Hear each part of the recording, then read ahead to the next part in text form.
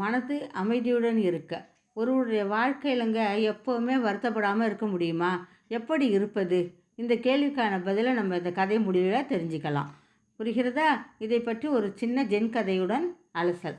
Hi, வணக்கம். நான் உங்கள் யோகா பாமா நந்தகோபால் பேசுகிறேன்.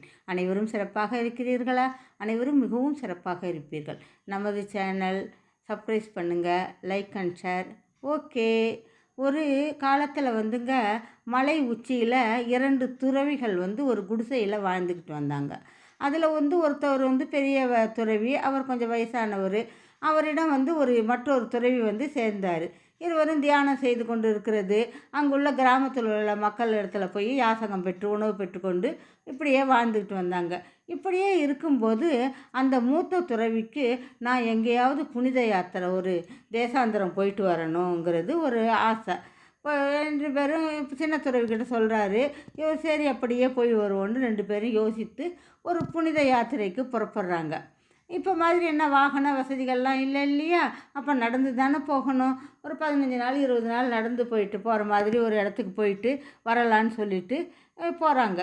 இருவரும் போன சில நாள்லையே அந்த பகுதியில் ஒரு பலத்த மழை, காற்று, சூறைக்காற்று, பெருமழை என்ன இப்படி அலை கலைக்குது. இந்த துறவியோட கூரை மலை மேலே தானே இருக்குது. அந்த துறவியோட கூரை மேலெல்லாம் பறந்து போயிடுச்சு. மழையில் இடிந்து வீடெல்லாம் சேதமாகி வீடெல்லாம் தரைமட்டம் ஆயிடுச்சு.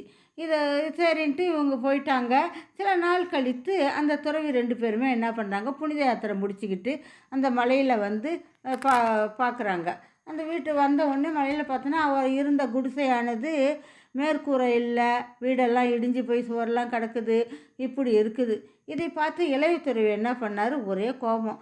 என்ன கடவுளே, எங்களுக்குன்னு இருந்தது இந்த குடிசை தான், அதையும் இப்படி பண்ணிட்டீங்க, இருக்க இடம் கூட இல்லாமல் செய்துட்டீங்களே, நாங்கள் என்ன உங்களை தானே நம்பி இருக்கிறோம் என கூறி கடவுளை பார்த்து திட்டிக்கிட்டே வருத்தத்துடன் இருந்தார். நம்ம பெரிய துறவி இப்படி தான் திட்டிக்கிட்டு இருப்பாருன்னு சொல்லிட்டு அவர் என்ன பண்ணார், அந்த மூத்த துறவியை பார்த்தார்.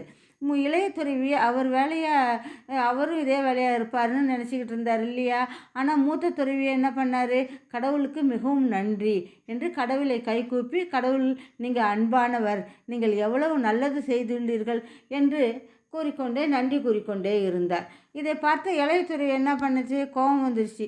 என்ன ஐயா, நம்ம குடிசையெல்லாம் அழிச்சிடுச்சு, நீங்கள் என்னென்னா அந்த கடவுளுக்கு நன்றி கூறிக்கிட்டு இருக்கீங்களே என கூற, மூத்த தலைவரோ சொல்கிறாரு, நன்றாக பார், நமக்கு கடவுள் நல்லது தானே செய்துள்ளார். இதுவே நாம் இங்கு இருக்கும்போது நடந்திருந்தால் என்ன நடந்திருக்கும்? நம்ம ஊருக்கு போனதுனால நம்ம பிழைச்சோம், நம்மளை காப்பாற்றுறதுக்காக அவர் இப்படி செஞ்சுருக்கலாம். அவர் நமக்கு நல்லது தானே செஞ்சுருக்கிறார். நாம் புனித யாத்திரையின் போது இது நடந்துருச்சுன்னா நம்ம என்ன பண்ண முடியும்? அதனால் இறைவன் நமக்கு நன்றி தான் கூறணும். புரிகிறதா? இப்போ என்ன, அப்போ ஒன்றும் இல்லை. இப்போ நம்ம கூரை இல்லாமல் இறைவனுடைய கூரையில் நிலா, சந்திரன் இதெல்லாம் பார்த்துட்டு சூரியன், நம்ம நட்சத்திரங்கள் கீழே நம்ம தியானம் செய்யலாம். நமக்குன்னு வர்றப்ப நம்ம அந்த குடிசையை கட்டிக்கிட்டு கடவுள் இதை விட நல்ல குடிசையாக நமக்கு கொடுப்பாரு. நல்ல ஆரோக்கியமாகவும் சந்தோஷமாகவும் நம்ம தியானம் செய்யலாம்.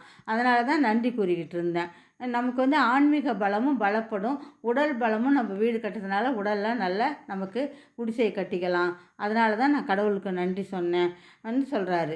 இதுலேருந்து ஒன்றை மட்டும் ஞாபகம் வச்சுக்கோங்க, உங்களோட வாழ்க்கையில் மகிழ்ச்சியாக இருக்கணும்னு ஆசைப்பட்டீங்கன்னா உங்களோட வாழ்க்கையில் எது வந்தாலும் ஏற்றுக்கணும், நன்றி உணர்வோடு இருக்கணும், இருக்க கற்றுக்கோங்க. நாம் சில சமயம் மகிழ்ச்சியாக இருப்போம், சில சமயத்தில் சோகமாக இருப்போம்.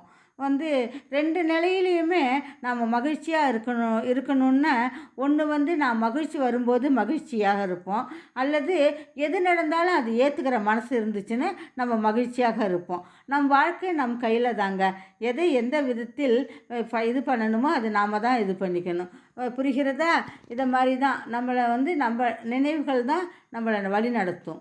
நன்றி, வணக்கம்.